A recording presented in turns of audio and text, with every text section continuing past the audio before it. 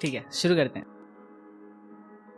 3, 2, 1 start. अटकन मटकन खोल लड़कन, ना खोले तो लगाओ मक्खन। अटकन मटकन खोल लड़कन, ना खोले तो लगाओ मक्खन। लंच से पहले खाली टिफिन में, I go to toilet madam no. हाँ हाँ जाने दो ना, जल्दी जल्दी आएंगे हम। याद करके अपना बचपन हो जाती हैं आंखें नम नम। यानी बचपन, जिसका सीधा सा अर्थ है सपनों में ज्यादा, रियलिटी में कम। और जैसे जैसे आने लगते हैं रियलिटी में हम, वैसे वैसे सपनों में होने लगते हैं परिवर्तन। फिर तुम कितना भी कर लो ऊपर वाले से जतन, पर जब तक पढ़ोगे नहीं तुम वो भी लगा कर चित मन, तब तक सफल नहीं होगा तुम्हारा जीवन। अरे जल्दी कर यार अमन, लेट हो रहे हम। याद है ना मैम को बोल के आए थे, जाने दो ना जल्दी जल्दी आएंगे हम। बे यार इसको भी अभी बजना था भैया, थोड़ा इंपॉर्टेंट उठा लो, स्किप कर दीजिएगा इसे। क्या शादी? वेट सुन, प्यास की आंख यार, ये कैसा है मजाक? अभी तो शशि की पूरी स्कूलिंग भी खत्म नहीं हुई और उसके घर वाले उसे किसी और के हाथों में सौंप करके भेज देंगे अपने से दूर कहीं। और भेजने से पहले ना एक बार भी अपनी बेटी से पूछेंगे नहीं कि बेटी मेरी उम्र हो रही है, शादी के लिए तेरा कुछ विचार है कि नहीं? शादी? हाँ पापा है ना। अरे तो है तो शर्मा क्यों रही है, बताना। हाँ तो ठीक है ना पापा, लेंथ एंड ब्रेथ आप अपने हिसाब से देख लेना, और चेहरे का surface area it doesn't matter, लेकिन हाँ चरित्र इक्वेशन होना चाहिए एकदम बेहतर, ताकि जिंदगी के पॉलिनोमियल प्रॉब्लम्स को इक्वेट करने में किसी हीरोन्स फॉर्मूला की मदद न लेनी पड़े जिंदगी भर। और अगर मिल जाए ऐसा लड़का जो खड़ा उतरता हो मेरी पूरी उम्मीदों पर, तो तुरंत ही साइन थीटा से एल्गोरिथम लगवा के निकलवा लीजिएगा मेरे लगन की समय और तिथि। वाह शशि वाह, कमाल कर दिया तूने भी। यार आप इतनी परेशानी मत उठाओ ये समझने के लिए कि मैं स्कूल में था यहाँ कैसे आ गया, क्योंकि आप तुरंत समझ जाओगे जब मैं पढ़ूंगा ये मंत्र। कौन सा? अटकन मटकन खोल लड़कन, ना खोले तो लगाओ मक्खन। अटकन मटकन खोल लड़कन, ना खोले तो लगाओ मक्खन। लंच से पहले खाली टिफिन में, I go to toilet madam no. हाँ हाँ जाने दो ना जल्दी जल्दी आएंगे हम। तो टॉयलेट करके तुरंत क्लास में जाने वाले थे हम, परंतु उसी बीच तो बच गया था ना मेरा आईफोन। तो यारो अंकल जी, वैसे आपने नोटिस किया, आपको नहीं लगता कि इसके ख्यालों को सुनकर इसके रग रग में, मतलब इसके ख्यालों को सुनकर आपको नहीं लगता कि इसके रग रग में मैथ्स घुसा पड़ा है? तो अब आप यूं अचानक उसे उसके शादी में घुसौक कर उसे किसी और को सौंप दोगे, तो अंकल इससे बढ़िया आप उसे अपने हाथों से ही मार दो, क्योंकि पढ़ाई से दूर होने का मतलब है वो तो उसके लिए मौत से भी बड़ी सजा है। तुम्हें अभी पता है क्या है? अभी तो तुम बच्चे हो। वही तो, अभी हम बच्चे हैं अंकल। पर सवाल ये है कि क्या कभी आपने शशि की आंखों में देखने की कोशिश की है कि वो इतने मेहनत करके बनना क्या चाहती है?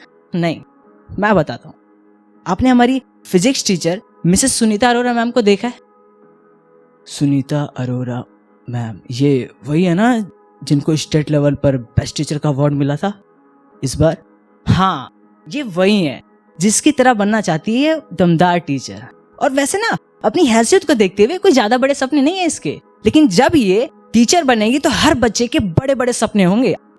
आप ये मत समझना अंकल कि मैं इसका दोस्त हूँ इसलिए इसके तारीफों के पुल बांध रहा हूँ। सच्चाई तो ये है कि वो अभी इतने अच्छे से मैथ्स पढ़ाती है हमें कि मैथ्स वाले टीचर भी बोलते हैं हमें कि अरे तुम्हारा जब मैं पढ़ाता हूँ तो तुम्हारा ध्यान तो क्लास में रहता नहीं है, फिर तुम्हारे मार्क्स कैसे अच्छे आते हैं।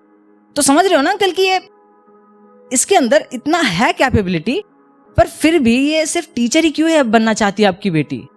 बताता हूँ। हमारी ma'am Mrs Sunita Arora ma'am जो है, उन्होंने हमें एक स्टोरी सुनाई थी जिसमें उनकी बेस्ट फ्रेंड और मैम दोनों ही क्लास में हमेशा टॉप आती थी, पर एक दिन उनकी बेस्ट फ्रेंड नहीं आई, तो दूसरे दिन वो भी नहीं आई। तो तीसरे दिन मैम खुद उनके घर गई तो देखा कि लटका था ताला, लगी थी कुंडी। पड़ोसी ने कहा कि गांव गए हैं 7-8 दिन में आ जाएंगी, तो वो आई। 8वें दिन वो आई स्कूल लेकर मुरझाया चेहरा, लगाकर माथे पर सिंदूर।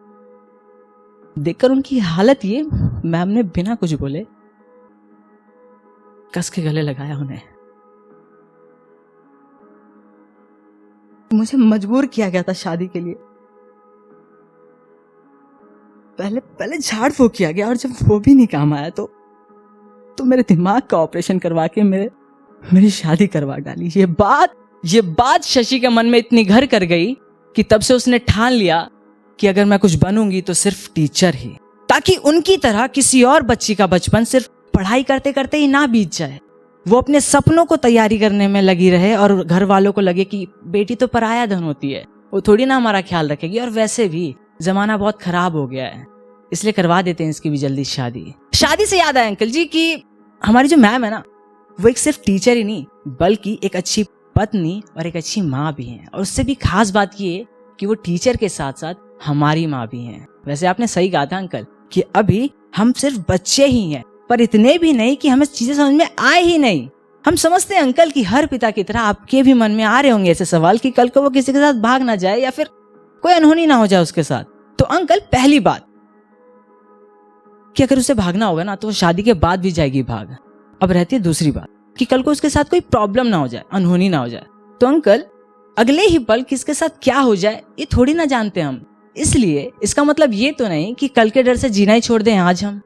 देखो अंकल, वो अपने फ्यूचर के लिए अपना बेस्ट दे रही है, तो आप बस उसका साथ दीजिए। अच्छा वैसे क्या आपने ये बात नोटिस किया कि इतनी देर से सिर्फ मैं ही बोल रहा हूँ, अमन क्यों नहीं बोल रहा? गए तो हम दोनों थे ना उसके घर वहां। तो भाई अटकन मटकन खोल लो, ढक्कन ना खोले तो लगाओ मक्खन, अटकन मटकन खोल लो, ढक्कन ना खोले तो लगाओ मक्खन। लंच से पहले खाली, टिफिन हो चुकी है खाली, अब मुझे खाने के बाद नींद आती है बहुत ही गदर वाली। अरे उठो मी यार, मैम फिजिक्स वाली मैम है आने वाली। Game over, that's all.